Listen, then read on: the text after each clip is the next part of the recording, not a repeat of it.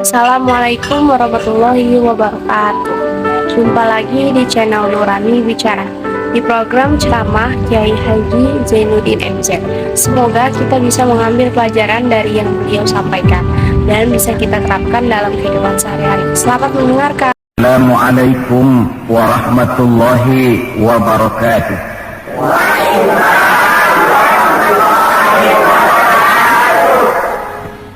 Bismillahirrahmanirrahim. Alhamdulillahi rabbil alamin. Wassalatu wassalamu ala asyrafil anbiya'i wal mursalin Sayyidina Muhammadin wa ala alihi wa ashabihil mujahidin at-tahirin, amma ba'du. Bapak-bapak, ibu-ibu, saudara-saudara, ma'asyiral muslimin rahimakumullah. Kita tahu bahwa sejarah sepanjang perjalanannya banyak mencatat orang-orang besar. Ada orang menjadi besar oleh karena pangkat, jabatan dan kekuasaannya. Apabila pangkat, jabatan dan kekuasaannya selesai, maka selesai kebesarannya sampai di situ. Ada orang menjadi besar oleh karena harta benda dan kekayaan yang dimilikinya. Bila suatu saat ia jatuh bangkrut, tamatlah kebesarannya sampai di situ. Ada pula orang yang menjadi besar oleh karena ia dibesar-besarkan dan berusaha setengah mati untuk mencapai kebesaran tadi. Bila satu saat terjadi pergeseran nilai, masyarakat mencemoohkannya, maka kebesaran itu pun selesai sampai di situ. Adapun Rasul yang kita peringati maulidnya saat ini, beliau besar bukan lantaran pangkat, jabatan dan kekuasaan. Beliau besar tidak karena harta benda dan kekayaan. Pun beliau menjadi besar tidak karena dibesar-besarkan oleh umatnya. Beliau besar karena dibesarkan oleh Allah Subhanahu wa ta'ala. Satu kali orang sudah dibesarkan oleh Allah, bagaimanapun usaha orang lain untuk mengecilkannya, orang itu akan tetap menjadi besar. Tetapi satu kali orang dikecilkan oleh Allah, satu negara orang mau mengangkat dia, kalau memang dasarnya potongan nyungsep, naik ke atas juga. Jelas Pak? Jelas? Apaan? Pokoknya jelas.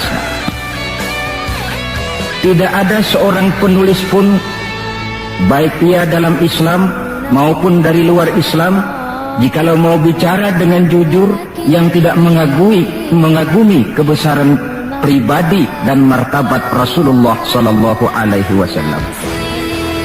Dalam satu kalimat yang indah, Imam Busairi di dalam qasidah burdahnya menjelaskan kepribadian beliau dengan untaian kata, kal badri fi syarafin wa zahri fi tarafin wal bahri fi karamin wa dahri fi himamin. Rasulullah itu, kata beliau, tinggi martabat bagai rembulan, tabah dan ulet laksana masa, dermawan bak samudra luas biru membentang, tabah dan ulet laksana masa. Itu sebabnya beliau oleh Allah dijadikan figur, dijadikan model dan pola sebagai contoh bagi kehidupan umat Islam. Sehingga di dalam Al-Quran Allah menyatakan, laqad kana lakum fi rasulillahi uswatun hasanah. Sungguh telah ada bagi kamu pada diri Rasulullah itu contoh teladan yang sangat baik. Timbul pertanyaan, mengapa Rasul menjadi contoh buat kita? Pertama, beliau menjadi contoh buat kita karena beliau manusia, hidup dan berjuang secara manusiawi. Kalau manusia disuruh mencontoh manusia, tentu wajar. Yang tidak wajar kalau manusia disuruh mencontoh jin atau malaikat. Maka dalam ayat Quran Allah menyatakan, laqad ja'akum rasulun min anfusikum. Sungguh telah datang kepadamu seorang rasul, yang rasul itu berasal dari jenis kamu manusia. Saudara-saudara, Kalau Rasul yang diutus Allah itu jin atau malaikat, kemudian berhasil di dalam tugasnya, barangkali kita tidak perlu kagum. Datang Rasul ke dunia ini, Rasulnya jin. Saya yakin satu dunia mungkin orang beriman semua, tetapi bukan karena ikhlas dan yakin, mungkin karena ngeri sama Rasulnya. Bayangkan kalau Rasul jin dia turun ke alam ini dengan segala macam tingkah polanya, mungkin orang sedunia akan menjadi beriman. Yang kedua, Rasul menjadi contoh di dalam kehidupan kita karena pribadi beliau lengkap. Artinya, jikalau kita kebetulan seorang pemimpin, beliau juga pemimpin. Jikalau kita seorang jenderal, beliau memimpin tentara di medan perang. Jikalau kita seorang kepala rumah tangga, beliau punya anak dan istri. Jikalau kita seorang guru, beliau mengajar jamaah di masjid. Jikalau kita seorang pedagang, beliau pun pedagang yang jujur. Jikalau kita seorang mubalik, beliau juga berdakwah menyampaikan Islam kepada manusia. Di dalam keseluruhannya itu tercemin uswatun hasanah, contoh teladan yang sangat baik. Maka kehabisan alasan seorang muslim yang tidak mencontoh pribadi beliau. Oleh sebab itu ironi dan sangat kita sayangkan jikalau seorang muslim tahu betul sejarah kehidupan Benito Mussolini, dia hafal sejarahnya Adolf Hitler, dia tahu sejarahnya Napoleon Bonaparte, dia hafal benar ajarannya Karl Marx, tapi dia buta terhadap hidup dan kehidupan Rasulullah sallallahu alaihi wasallam. Saudara hadirin yang berbahagia, yang akan kita bicarakan pada kesempatan ini, bagaimana cinta Rasul kepada umatnya dan bagaimana sewajarnya cinta kita umatnya kepada beliau. Bahwa Rasul yang kita peringati maulidnya saat ini cinta betul kepada kita umatnya, dapat saya kemukakan beberapa data. Dari sini nanti kita introspeksi. Kalau tahulah kita begitu besar cinta Rasul kepada kita, apa tidak wajar kita juga cinta kepada beliau? Kalau logika ini sudah diterima, pembicaraan pun kita lanjutkan kepada bagaimana sih sebenarnya cinta kepada Rasul itu. Bukti pertama bahwa beliau cinta kepada kita, saudara-saudara, menurut ukuran zaman sekarang, Rasulullah itu pan hidupnya miskin. Malahan ada satu doa yang sering beliau baca. Ini kalau doa ini saya kasih saudara-saudara, kira-kira mau diamalin gak? Kalau saya terus terang belum mau. Doanya begini, dan ini sering Rasul baca. Allahumma ahyini miskinan wa tawaffani miskinan wa hasyirni yaumal qiyamah fi zumratil masakin. Ya Allah, hidupkan saya dalam keadaan miskin, matikan saya dalam keadaan miskin, dan kumpulkan saya di akhirat nanti bersama golongan orang-orang miskin. Yang tadi sudah kadang bilang mau diamalin ini ya. Saya sudah bilang tadi saya belum tapi mau. Kita baca dalam sejarah beliau itu rumahnya kecil, tidurnya di atas pelepah daun korma, kadang-kadang sampai berbekas di pipinya. Sarapan paginya seteguk air zam-zam, sepotong roti, kadang 3 butir korma. Di tengah kemiskinannya Allah pernah menantang beliau dengan kata, "Wala sawfa yu'tika rabbuka fatarda." Ada nggak tuh di Quran? Ada. Surah apa? Pokoknya Quran dah ya. Wala sawfa yu'tika rabbuka fatarda.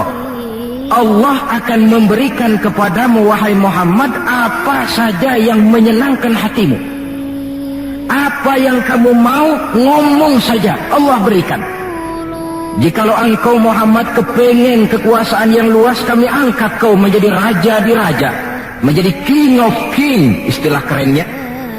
Jikalau kamu kepengen kaya Muhammad, itu Jabal Uhud sanggup menjadi bukit emas.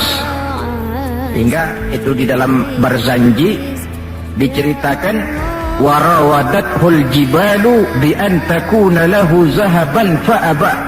Jabal Uhud menawarkan diri menjadi bukit emas, tetapi Nabi menolak. Jikalau engkau wahai Muhammad kepingin wanita cantik, bilang saja anak siapa. Ditawarkan semacam ini, beliau menjawab, idzan ya Rabb la arda wa wahidun min ummati finnar. Kalau memang demikian ya Allah, apapun saja yang diberikan kepada saya, berikanlah saya kekuasaan yang luas, berikan saya emas sebesar Jabal Uhud, berikan saya kekayaan yang tak ternilai sekalipun, seluruhnya tidak akan sanggup menyenangkan hati saya selama saya dengar masih ada satu saja umat saya yang masuk ke dalam neraka. Ternyata di tengah kemiskinannya, tawaran harta tidak menggiurkan beliau, tawaran kekuasaan tidak menggiurkan beliau. Yang difikirkan siang malam adalah keselamatan kita umatnya ini. Cuma kadang-kadang kita umatnya yang dipikirin ini seperti pepatah, ada itu pepatah Prancis, balung-balung langka dagingnya, ditulung-tulung langka elinge. Ya saudara tentu tahu artinya itu, tidak usah saya terjemahkan. Bukti pertama.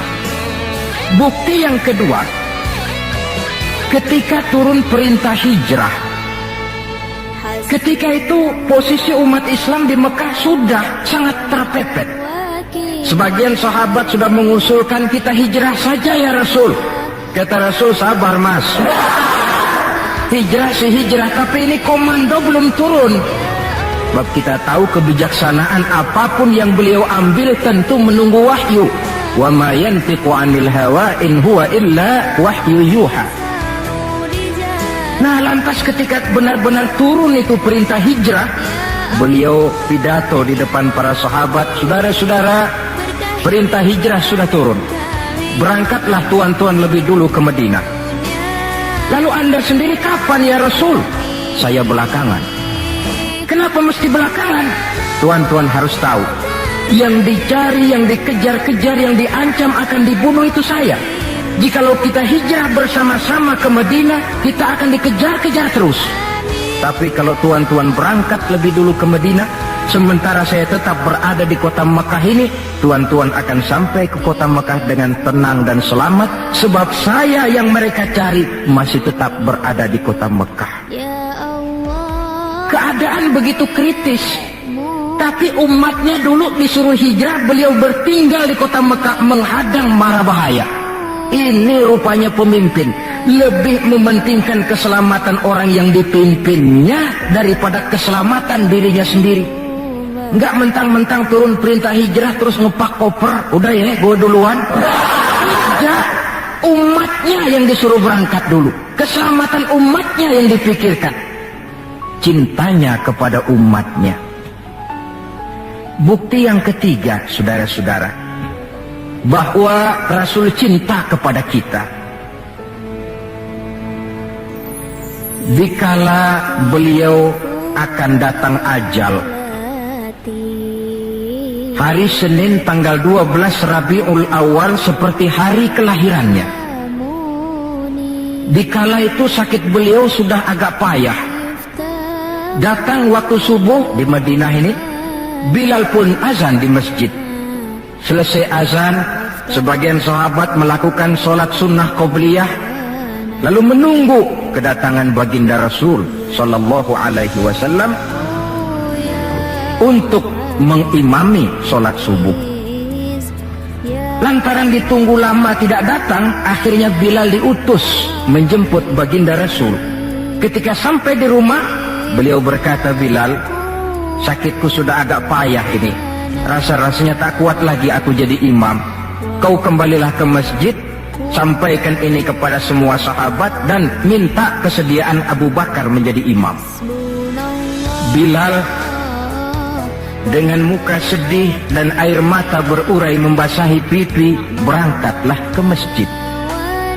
Saudara-saudara, baginda Rasul sudah tidak kuat lagi mengimami sholat.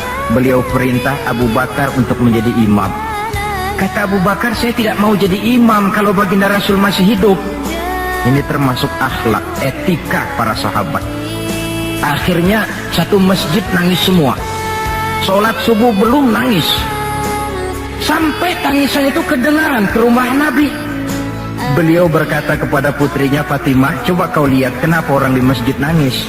Setelah Fatimah kembali lapor, Abah, mereka sedih karena sadar bahwa saat berpisah sudah hampir datang.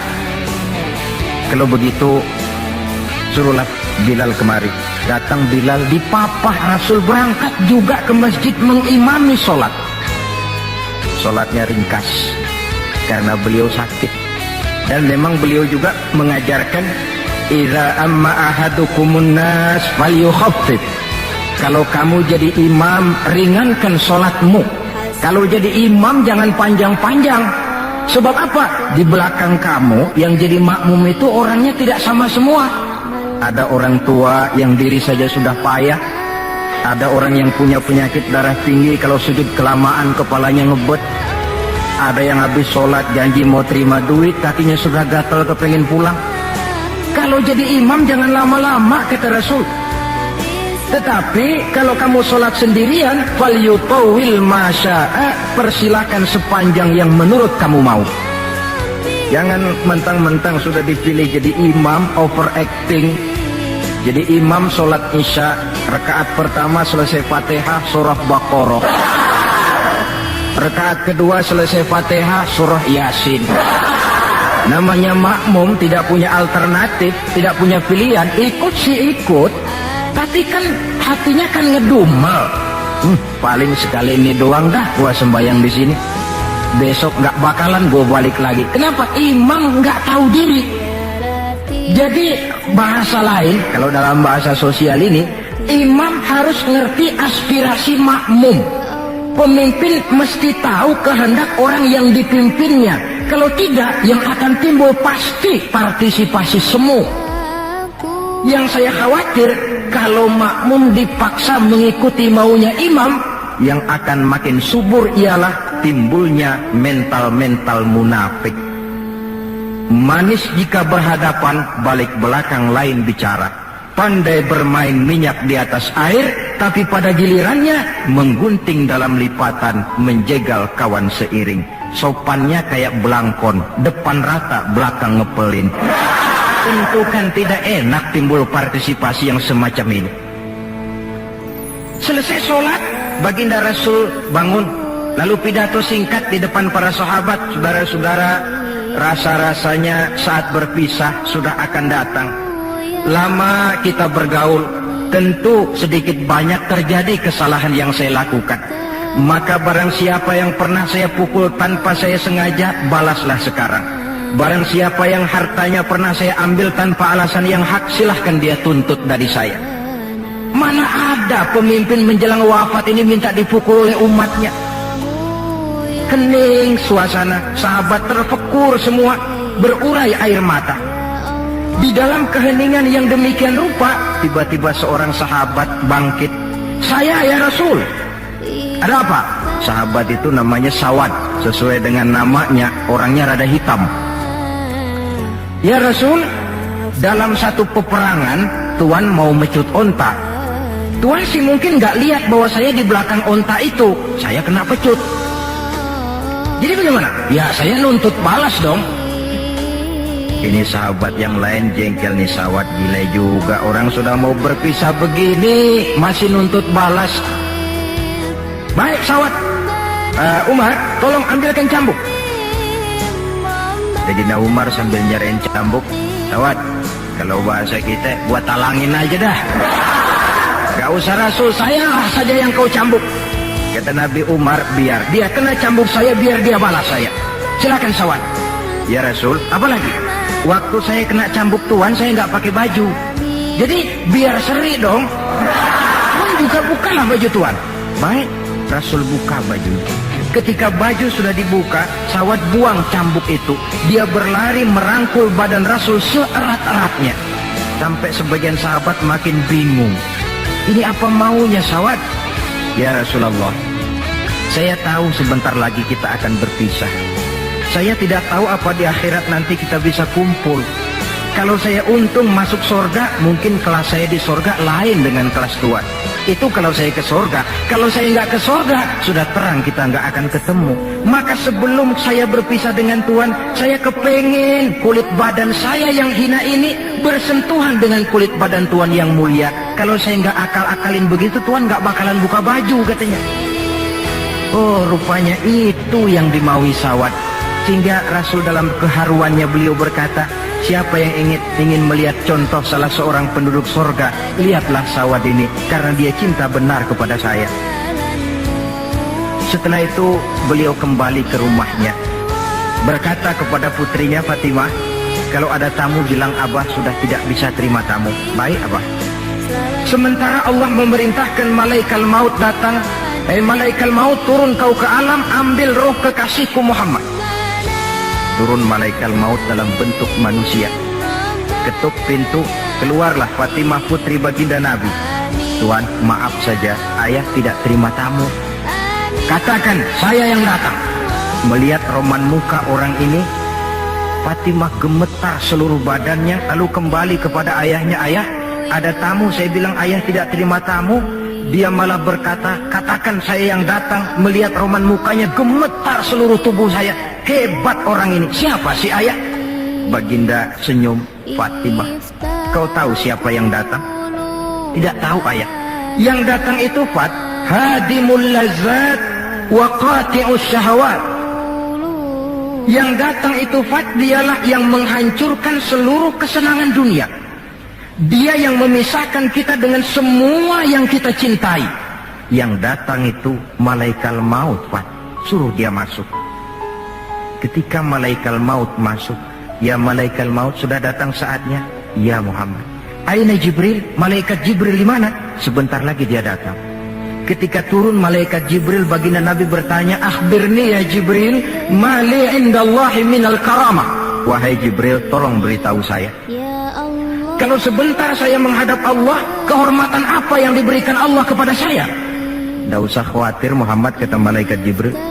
Inna abwabas sama qad futihat wal malaikatu saffu sufufan yantaziruna li ruhik. Pintu langit sudah dibuka, malaikat sudah berbaris menunggu kedatangan rohmu yang suci. Alhamdulillah. Kalau itu saya ya? Iya. Kalau umat saya bagaimana Jibril? Umat saya, umatmu, iya. Umatmu juga jangan khawatir Muhammad. Allah sudah memberikan fasilitas. Kata Allah, inni haramtul jannata ala sairil umam hatta tadkhulaha ummatuka. Surga ku haramkan buat seluruh umat kecuali kalau umatmu Muhammad sudah masuk ke dalamnya.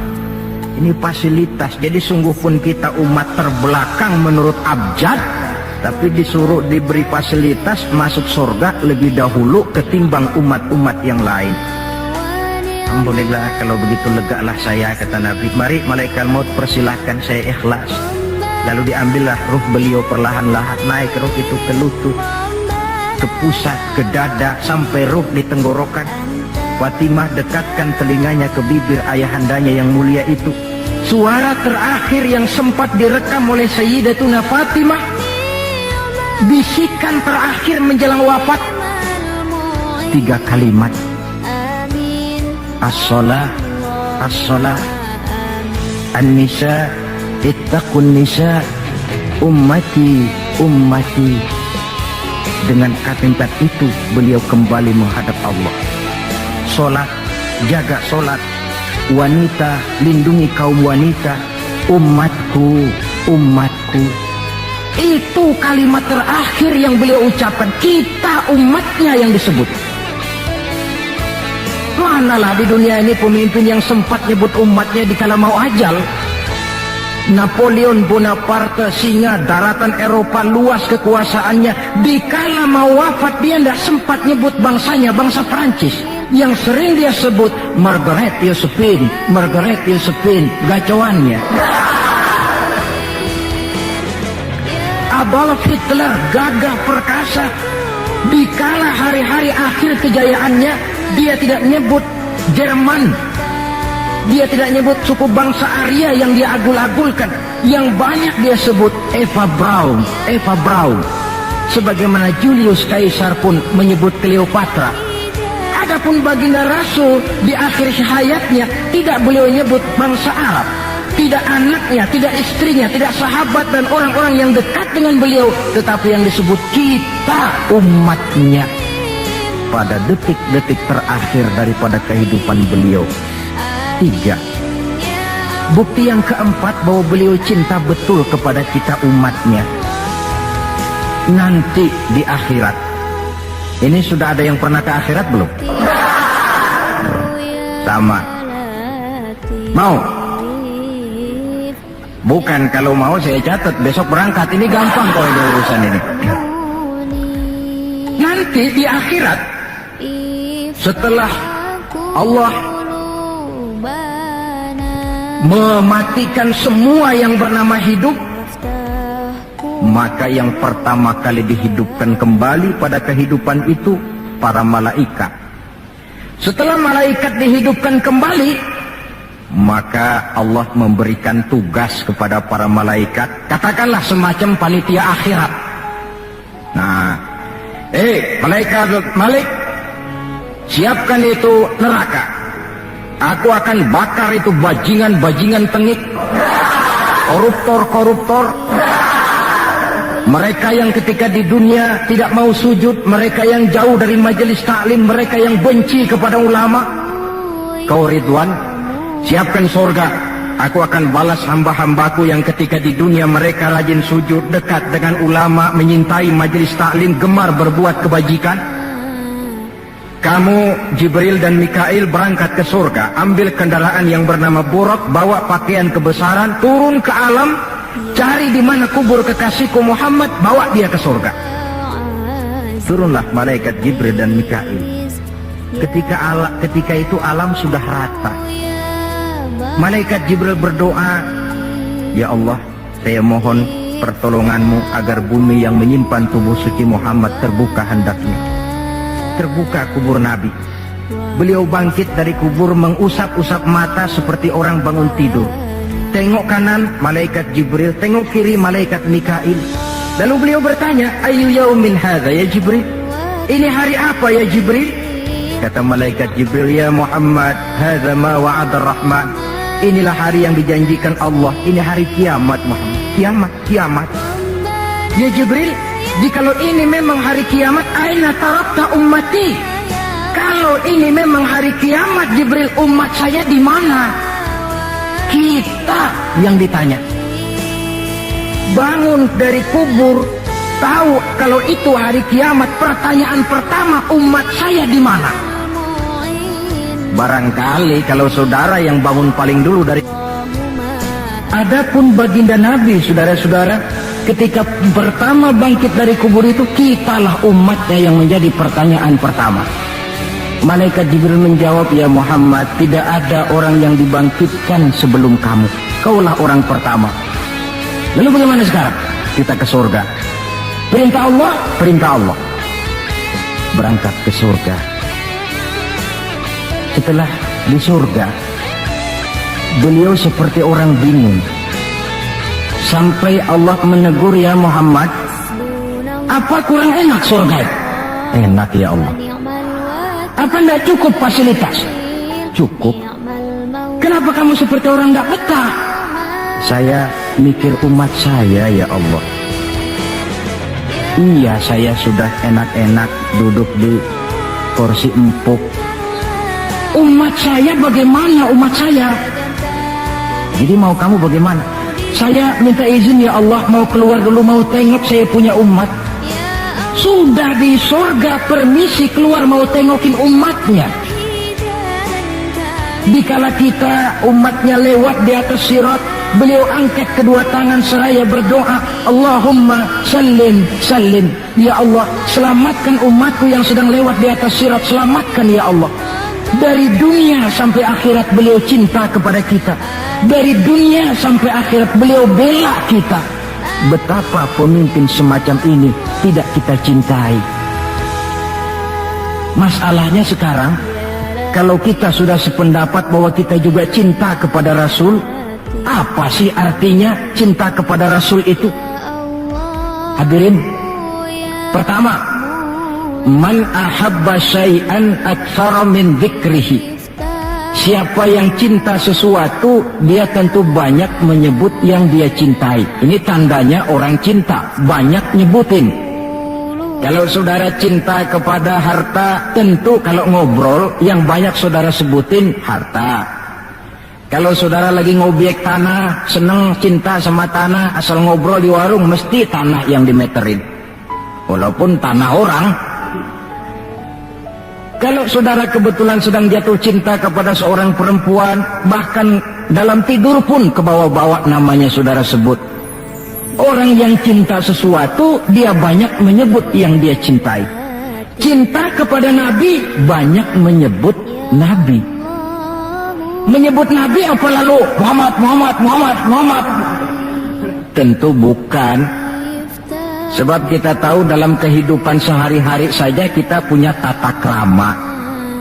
Gubernur lewat, tentu tidak berani kita secara langsung menyebut namanya. Mesti kita berkata, itu ada Bapak Gubernur lewat.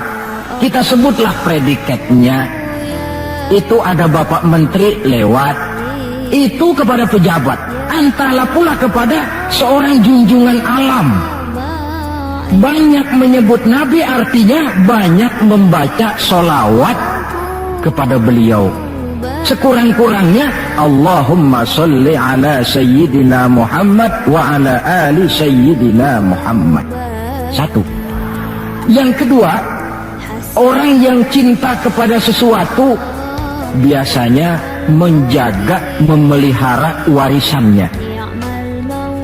Kita punya orang tua meninggal dunia, ada warisannya, tentu kita jaga sebaik-baiknya.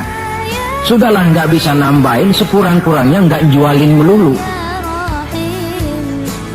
Jikalau Rasul meninggalkan kita, jelas beliau tidak meninggalkan harta, beliau tidak meninggalkan kebun, pabrik, tanah dan sebagainya, tapi beliau meninggalkan warisan kepada kita untuk kita jaga, kita pelihara bersama. Apa yang warisan yang beliau tinggalkan? Prinsipnya 3. Yang kedua terdapat dalam hadis, taraktu fikum amrain lan tadillu ma in tamassaktum bihima abada, kitab Allah wa sunnata rasulih. Aku tinggalkan kepadamu 2 perkara yang jikalau kamu mau berpegang teguh kepada keduanya, kau tidak akan sesat untuk selamanya. Quran dan sunnah Rasul. 2. Warisan yang ketiga dalam hadis, al-ulama warathatul anbiya. Ulama adalah ahli waris Nabi. Kalau demikian, maka warisan Nabi itu 3. Quran, sunnah, ulama. Inilah warisan yang perlu kita jaga, warisan yang perlu kita pelihara, yang kita laksanakan dan terjemahkan di dalam kehidupan kita. Mari kita lihat. Warisan pertama, Quran. Kitab suci bagi kita umat Islam. Bagaimana cara kita memelihara warisan yang namanya Quran ini? Pertama, usahakanlah agar membaca Quran menjadi salah satu hobi di dalam kehidupan kita. Kata Nabi, innal ladzi laisa fi jawfihi syai'un minal Qur'an kal bait. Orang yang dari tenggorokannya tidak pernah keluar ayat Quran barang sepotong pun, belum pernah ngaji barang seayat pun, itu orang, kata Nabi, kayak rumah kosong. Rumah biar bagus, potongan Spanyol, gede, mahal, kalau kosong kan angker. Kuntilanak, tuyul, memedi, betah di situ.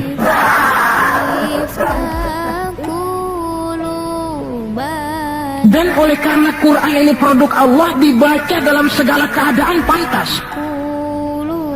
Di gubuk reot di pinggir kali ada orang baca Quran, pantas. Di rumah mewah ada yang baca Quran, cocok. Kemudian orang sedih baca Quran, terhibur. Orang gembira baca Quran, tidak menjadi lupa diri. Di istana ada yang baca Quran, pantas. Di depan kubur ada yang baca Quran, pantas. Orang kawin dibacakan Quran bagus, orang mati dibacakan Quran juga cocok. Lantaran dia produk Allah. Setelah membacanya, lalu meningkatkan kepada tahapan yang kedua, mencoba memahami isinya.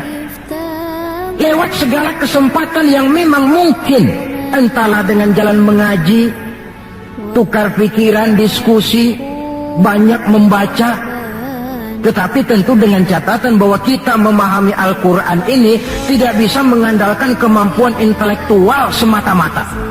Seperti yang banyak gejalanya terjadi di zaman sekarang ini, di mana orang mencoba menggali hakikat Quran dengan mengandalkan kemampuan intelektualnya. Kadang-kadang bahasa Arab saja nggak ngerti, dia gali Quran cuma sekedar lewat terjemahannya.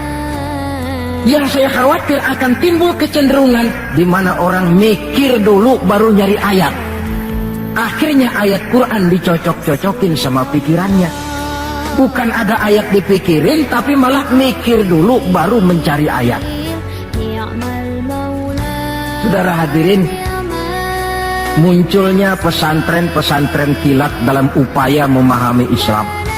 Secara pribadi saya bersyukur, merasa gembira. Tetapi yang saya sayangkan jikalau dengan pesantren kilat itu lalu merasa bahwa diri sudah cukup. Setelah nyantren 1 minggu pesantren kilat, keluar pesantren sudah kayak pendekar. Ulama anu salah, kiai anu nggak bener, ustadz anu salah, semua ulama-ulama salah. Baru nyantren seminggu sudah semuanya salah. Lebih celaka lagi kalau nanti upaya memahami Islamnya, ini dalam bahasa sosialnya disebut frame of reference, seperti orang buta kenal gajah, yang mati-matian mempertahankan teori bahwa gajah itu tipis dan lebar seperti kipas, cuma karena kebetulan yang dia pegang baru sekedar telinga gajah. Maka upaya memahami Al-Quran tidak bisa dilepaskan kaitannya dengan bantuan orang yang ahli di bidang itu.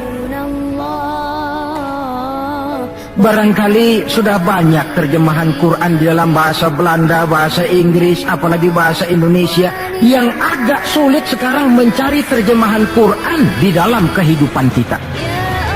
Saya sering ambil contoh ringan, umpamanya nih sensus versi saya. Konon kabarnya, menurut kata yang empunya cerita, penduduk Indonesia ini 90% beragama Islam, betul kan?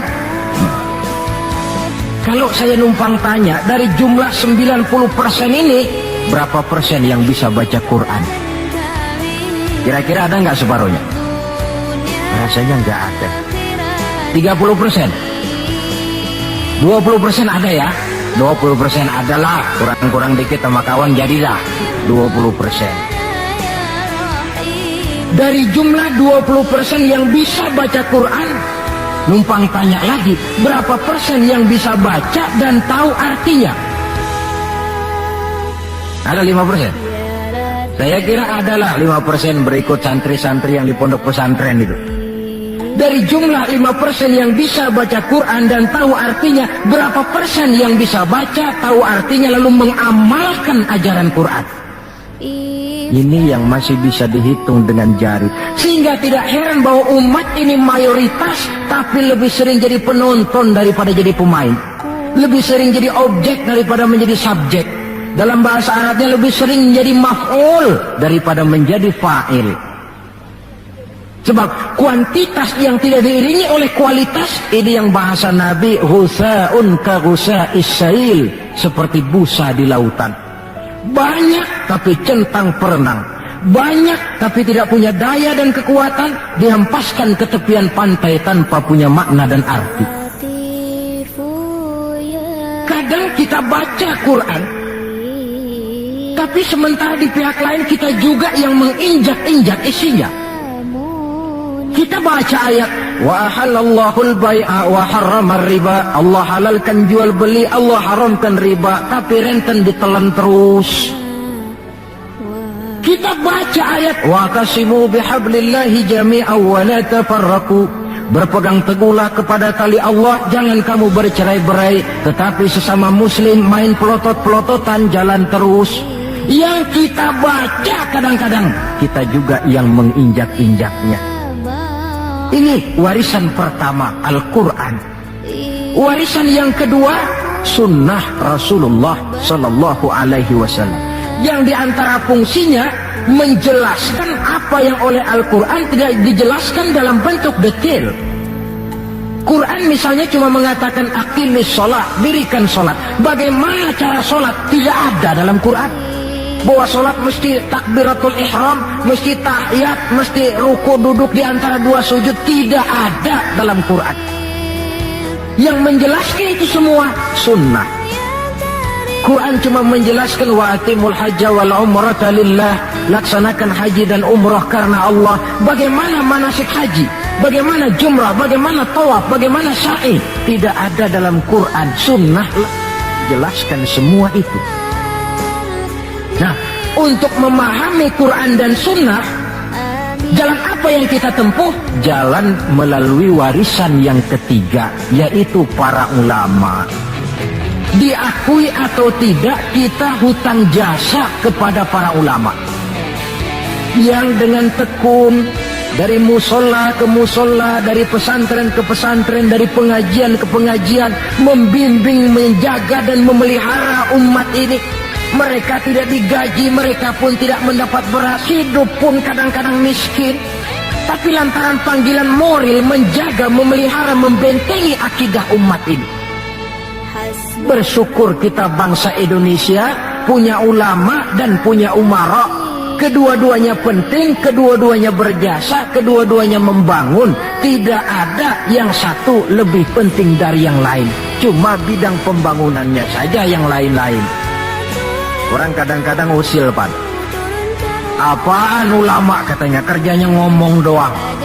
Sekarang kan zaman pembangunan, perlu karya nyata. Mana ada kiai bangun jembatan? Ngomong aja. Ini saya pikir orang bicara begini ini nggak ngerti masalah. Bukankah asas manajemen yang modern saja mengajarkan the right man on the right job, the right man on the right place, bahwa orang harus ditempatkan sesuai dengan proporsinya.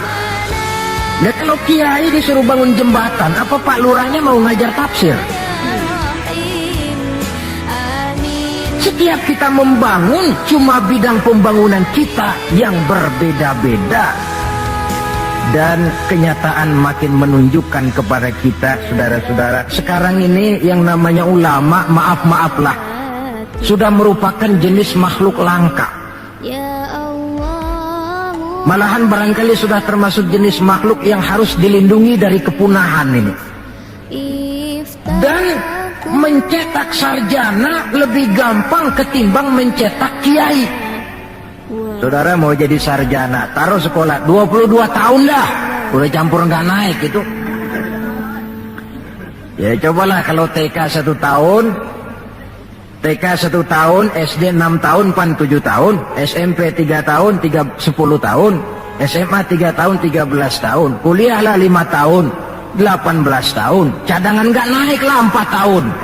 Masa dicadangin nggak 4 tahun nggak selesai, sarjana tinggal pilih. Tapi saudara ngaji dari kecil sampai 20-30 tahun belum tentu loh jadi kiai. Dan nggak bisa minta. Mas, gua kan ngaji melulu, panggil gua kiai, kenapa sih? Loh, kiai minta begini kan nggak bisa. Kalau ilmunya diakui, akhlaknya jadi contoh, perjuangannya diteladani, umat bersimpati, lalu masyarakat beramai-ramai secara praktis menyebutnya kiai. SK-nya itu di tangan umat. Oleh karena SK-nya di tangan umat, dia nggak kenal pensiun dan jam kerjanya pun 24 jam. Kapan umat perlukan, dia mesti berangkat. Yang saya khawatir, kelangkaan ulama ini menyebabkan terjadinya pergeseran nilai, dan ini pernah dianalisa oleh baginda Rasul Sallallahu Alaihi Wasallam. Apa kata beliau? Inna min asyrati sa'ah, sesungguhnya di antara tanda-tanda kiamat. Gak usah mikirin kiamat beneran dah, saya juga nggak pengen ngalamin kiamat mini, kiamat kecil-kecilan. Apa itu? Hancurnya sendi-sendi kehidupan sosial, maksiat merajalela, munkarat menjadi-jadi, yang benar jadi salah, yang salah dianggap benar, yang hak menjadi munkar, yang munkar dibilang hak. kemakmuran cuma kata, keadilan cuma teori, hukum kayaknya cuma buat orang kecilan, orang gedean kagak mempan hukum. Padahal hukum kalau sudah pandang bulu terang, yang enak yang banyak bulunya. Siapa yang banyak bulunya? Monyet. Kalau hukum pandang bulu, monyet keenakan. Pergeseran nilai terjadi. Kiamat macam ini yang kadang-kadang kita temukan dalam kehidupan. Penyebabnya apa? Kata Nabi yang pertama, ayyurfa'al ilmu. Ilmu diangkat oleh Allah. Bagaimana cara Allah mengangkat ilmu dan apa maksudnya? Allah mengangkat ilmu pertama dengan jalan mematikan ulama. Makin banyak ulama wafat, makin banyak ilmu ditarik. Yang kedua, kurangnya minat orang belajar agama.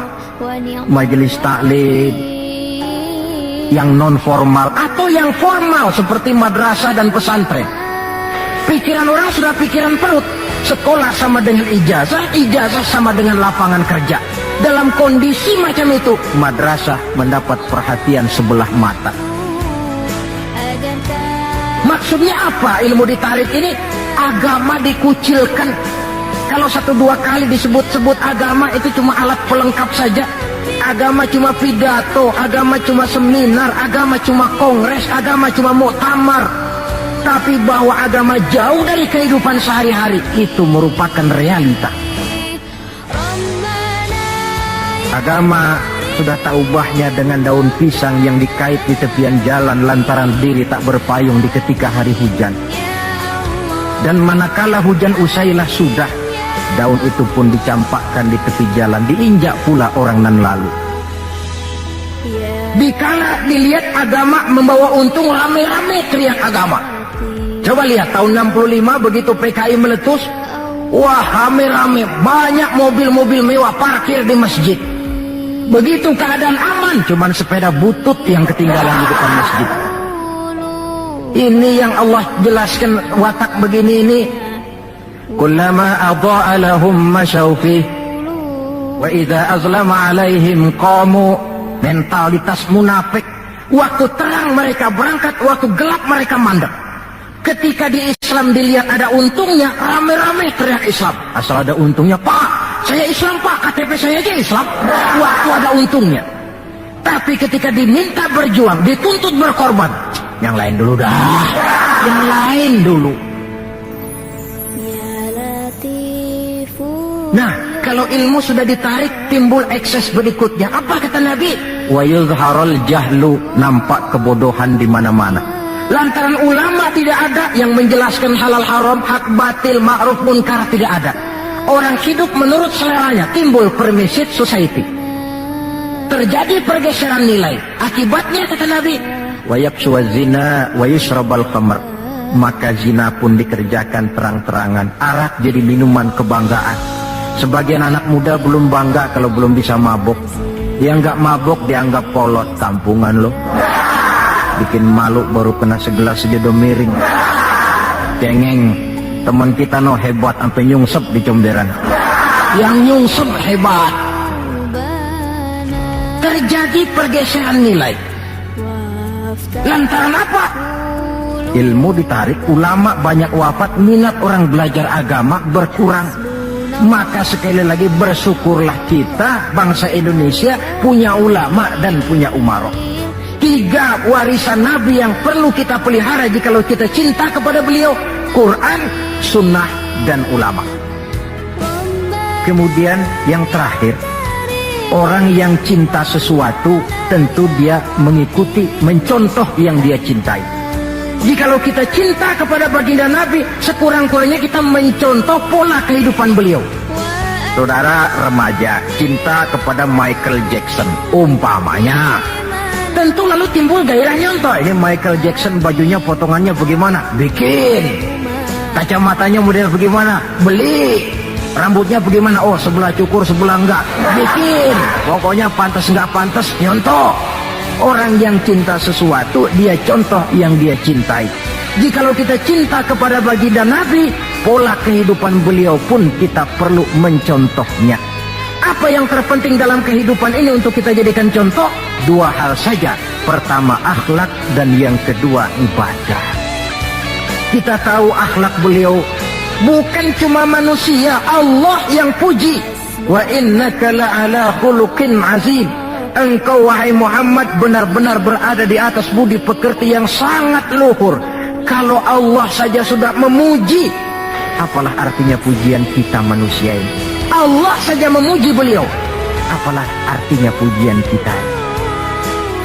Tidak cuma teman, lawan pun mengagumi ketinggian akhlaknya.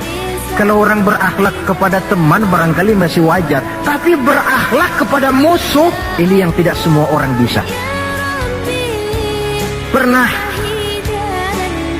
selesai sholat zuhur, beliau tidur di bawah pohon korma. Datang orang kafir namanya Daksur menghunus pedang. Muhammad, kemarin banyak temanmu, boleh jadi kau bertingkah. Sekarang kau sendiri, kalau saya tebas batang lehermu, siapa yang akan tolong kamu? Dengan tenang beliau menjawab, Allah yang akan menolong saya. Kalimat Allah kalau diucapkan oleh orang yang jiwanya bersih, pengaruhnya lain. Daksur gemetar seluruh badannya mendengar kalimat Allah. Keringat dingin bercucuran sampai tangan licin, pedang terlepas. Jatuh pedang itu, diambil oleh Nabi. Kalau sekarang aku yang tebas batang lehermu Daksur, siapa yang akan tolong kamu? Dalam gemetar dia bilang, enggak ada ya Rasul, kecuali kalau anda mau memaafkan saya, maafin ya. Nabi menyerahkan pedang, bawa pulanglah kembali ke rumahmu. Jangan ulangi lagi perbuatan macam ini. Begitu mudah beliau memaafkan orang yang nyata-nyata mau menghabiskan nyawanya. Kita kadang persoalan yang sedikit saja marah suka berlaku perpanjangan waktu. Nggak cukup perpanjangan waktu, bisa ditambah perpanjangan generasi. Gara-gara jengkel sama bapaknya, anaknya kagak boleh main. Lu jangan main ke rumah temen lu si Fulan, kenapa? Gua lagi kesel sama bapaknya. Kesel sama bapaknya, anak nggak boleh main. Ini kan sudah ditambah oleh perpanjangan generasi namanya. Banyak contoh yang diceritakan dalam sejarah mengenai ketinggian akhlak beliau. Tidak cuma kepada teman, tetapi kepada musuh-musuhnya sekalipun beliau mempunyai akhlak yang sangat luhur. Dan akhlak inilah penilaian orang di dalam kehidupan kita. Seorang rendah yang akhlaknya tinggi jauh lebih baik daripada seorang besar dan tinggi, dalam arti entah jabatan, harta, kekuasaannya, tetapi berakhlak dan bermoral rendah. Dan jangan lupa, kehancuran suatu bangsa selalu dimulai dengan kehancuran moral daripada bangsa itu sendiri. Kita cukup prihatin yang hidup di abad 20, insya Allah lah kita nggak akan mengalami banjir sebesar banjirnya Nabi Nuh. Tapi banjir abad ini polanya lain. Banjir maksiat dan munkar, banjirnya peradaban dan kebudayaan yang menghancurkan moral anak-anak kita.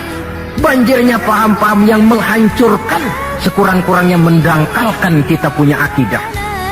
Terhadap banjir-banjir semacam ini kita perlu punya kapal, supaya selamat diri, selamat keluarga, selamat generasi yang akan datang dari segala macam banjir yang tidak kita inginkan.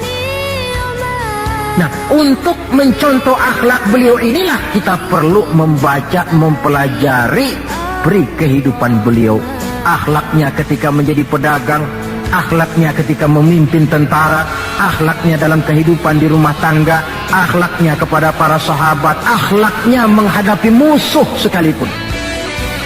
Bukankah sejarah juga yang menceritakan kepada kita, pada waktu dakwah ke Taif beliau bukan disambut malah disambit. Ketika itu turun malaikat Jibril, ya Muhammad, kalau kau mau orang yang melontari kau dengan batu hancur, sekarang ini juga aku timpa mereka dengan Jabal Uhud biar mampus semua.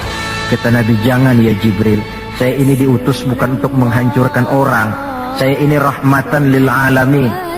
Jadi mau kamu apa? Saya cuma mau berdoa buat mereka, Allahumma hdi qaumi fa innahum la ya'lamun. Ya Allah, berikan hidayah, petunjuk kepada kaumku yang tadi melontari aku dengan batu lantaran mereka tidak tahu. Karena tidak tahu maka mereka lontari aku dengan batu. Andai mereka tahu, itu tidak akan mereka lakukan. Sudahlah dilontari batu, yang melontari batu malah didoakan dan doanya pun bagus. Akhlak di dalam kehidupan. Hal kedua yang mau kita contoh adalah ibadah. Hadirin, kalau ada satu-satunya manusia yang sudah mendapat jaminan ampun dari segala dosa, itu cuma baginda Nabi orangnya. Liyaghfiralakallahu ma taqaddama min dzambika wa ma ta'akhkhar. Ya Muhammad, dosamu yang dulu, yang sekarang, yang akan datang, jikalau memang ada, semuanya sudah dijamin ampun oleh Allah. Tapi makin diampuni, makin banyak ibadahnya. Lantaran sandaran vertikalnya benar, beliau dekat dengan Allah. Lantaran Allah dekat, pertolongan selalu datang. Bukankah manusia cuma pandai berusaha dan berusaha, namun kepastian sepenuhnya di tangan Allah. Kesanalah kita perlu berhubungan secara baik supaya maksud dan tujuan kita terlaksana. Nah, ibu-ibu dan bapak-bapak, maafkan saya agaknya cuma sekedar inilah yang dapat saya sampaikan pada pertemuan kali ini. Mudah-mudahan cinta kita kepada baginda Rasul bisa kita wujudkan dengan pertama, banyak membaca sholawat kepada beliau. Yang kedua, menjaga warisan yang beliau tinggalkan, Quran, sunnah, dan ulama. Dan yang ketiga, mencontoh beliau sesuai dengan batas kemampuan kita sebagai manusia. Sekian dan demikianlah, lebih kurang mohon maaf. Usikum wa iyaya bitaqwallah. Wassalamualaikum warahmatullahi wabarakatuh.